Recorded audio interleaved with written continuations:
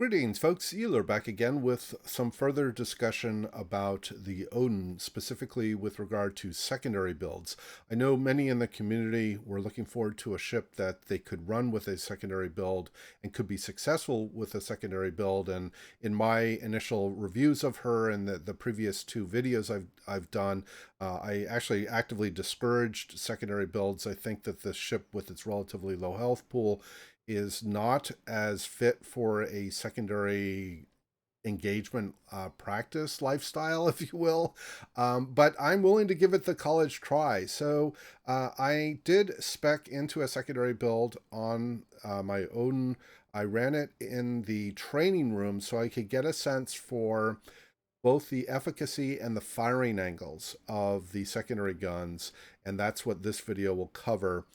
And then I'm hoping I can do a video where I go into a random battle and actually show what this looks like and how it feels. I haven't had a chance to do that yet, but I at least wanted to get the community to know that I am going to look at a secondary build approach and see how successful that might work. So in this particular case, the only changes I made to the Odin to put her into a secondary build was I changed the third upgrade slot from the aiming systems to the secondary battery modification 1 upgrade, which extends both the accuracy and improves or reduces the dispersion of the secondary battery. And then I took the commander from my Bismarck, where I run a blended secondary survivability build, and does not take fire prevention or concealment, instead taking AFT and the manual fire control for secondary armament skills. And again, I did run that through the training room. So I'll switch over to the training room so I can give you some idea on the firing angles of these guns and the general productivity against different classes of ship and different armor schemes. So I'm running this against tier 8 through tier 10 ships, destroyers, cruisers, and battleships. So I'll cut over to the training room to discuss that. So here we are in the training room. I've set up a match where all of the bots will be stationary. They won't fire at me. This is purely to test the performance characteristics, the firing angles of the secondaries. The targets here will be tier 8, tier 9, and tier 10.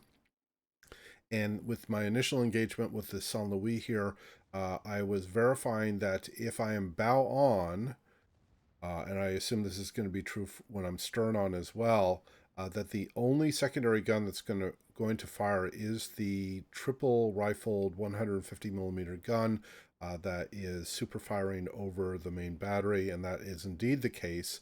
And then here in what you're seeing right now, I am testing at what angles do the 128 mounts start firing, which was at about 22.5 degrees. And then the rear 150 millimeter mount that you see firing now only starts to engage at about the 45-degree mark. So that means that you have to give a pretty considerable amount of side in order to get all of the secondaries on one side firing. And here you can see I keep looking back to see. I'm going to gradually sort of rotate my ship in here, see where the gun stops firing. Again, looking back, it looks like it's about 45 degrees to the Benson to get the rear gun to either fire or not fire on the target. And I'm going to finish off this destroyers fairly quickly and then transition to the North Carolina and the Saint Louis. And I also noticed that there was a Kremlin to my west, and I do want to test the secondaries there as well. That's basically sort of worst case scenario, the most heavily armored target or among the most heavily armored targets, and see how my secondaries do there. Now I've transitioned here a few moments or a few minutes later as I'm wrapping up the kill on the North Carolina. My goal with taking down the North Carolina was to see how much of the damage is going to be through alpha from the secondaries, how much would be through fires. At this point, I think I had assumed that the fires were going to finish off the North Carolina, so I transitioned to the Saint Louis. Now, when your secondaries are firing on targets like this cruiser here, when the cruiser or the target is more strongly angled, the secondaries will tend to hit the softer extremities, so the bow and stern, because the secondaries aim for the center part of the ship, and so the when the target is more broadside to you, the secondaries will tend to hit the side of the ship more, and we'll see an example of that when firing. When I fire on the Saint Louis at a broader angle here. I went back to the North Carolina, reset another fire. I'm going to finish her off, and now I've gone back to the Saint Louis.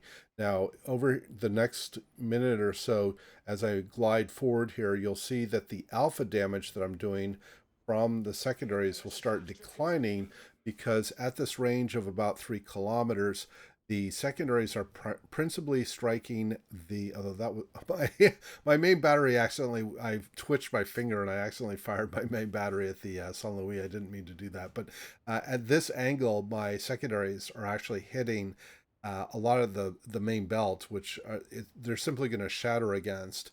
And unless the shells disperse and get up either into the superstructure or happen to go a little wide and hit the bow or stern, I'm not going to get much in the way of alpha. But as I move further away from the ship and the shell arcs are higher, they will tend to strike the softer areas more, because again, the computer will aim, or the server will aim the secondaries a little higher, and so they'll arc down more onto the ship. And there I finish off the Saint Louis. And then I'm going to transition here to the point where I'm going to put my secondaries on the Kremlin and see how long that takes. Now, the Kremlin is a very heavily armored target. It has a lot of surfaces that are well beyond 32 millimeters, that both the 158 and 128s would it be normally be able to penetrate at 32 millimeters or even 38 millimeters, but they will not be able to do that with the Kremlin. And when we go to the post-screen results, where I show the detail of the damage done based on the secondaries, literally 3/4 of the damage required. I apologize, there's a crow in the area. Literally 3/4 of the damage required to sink the Kremlin will be fires, and the rest will be alpha, and it will be presumably largely luck that the secondaries arc down into the superstructure, or maybe strike the 32 millimeter bow or stern. Here I've transitioned to the point where I finish off the Kremlin, and then for the rest of this particular training room exercise, I take down the Benson and the Edinburgh, the Gros Savoy and the Edinburgh, and that goes pretty quickly. So 285,000 damage. It was actually like 282,000 because I accidentally did fire my main battery at one point. 680 secondary battery hits, and they did a little over 160,000 damage. That's 23,500 roughly per 100 secondary battery hits. So again, I want to stress that when you look at your secondary battery numbers, don't just focus on the number of hits you have. Look at the actual damage done. Fires are going to me, are kind of a bonus. Obviously, in this case, this is sort of exceptional because the bots don't put out their fires. They don't have any upgrades or skills to diminish the impact of fires. But for German battleships, you generally want to get about 20,000 or more per 100 secondary hits. And for other nations, you'll get a little less. The Japanese tend to be more in the teens, as well as the U.S. Navy. French battleships tend to be a little less than that, especially the Alsace and the Richelieu. So in any case, I hope this little video was instructive in terms of the potential of the secondary batteries on the Odin. And again, I will look to do some replays or do some games in random battles with secondary build and see how that works out, see if that build happens to just coincidentally work better for me than what I've been doing. So I hope you found the video here useful and interesting. Please do leave your comments below. And as always, we hope to see you out there on the virtual seas, and we wish you happy sailing.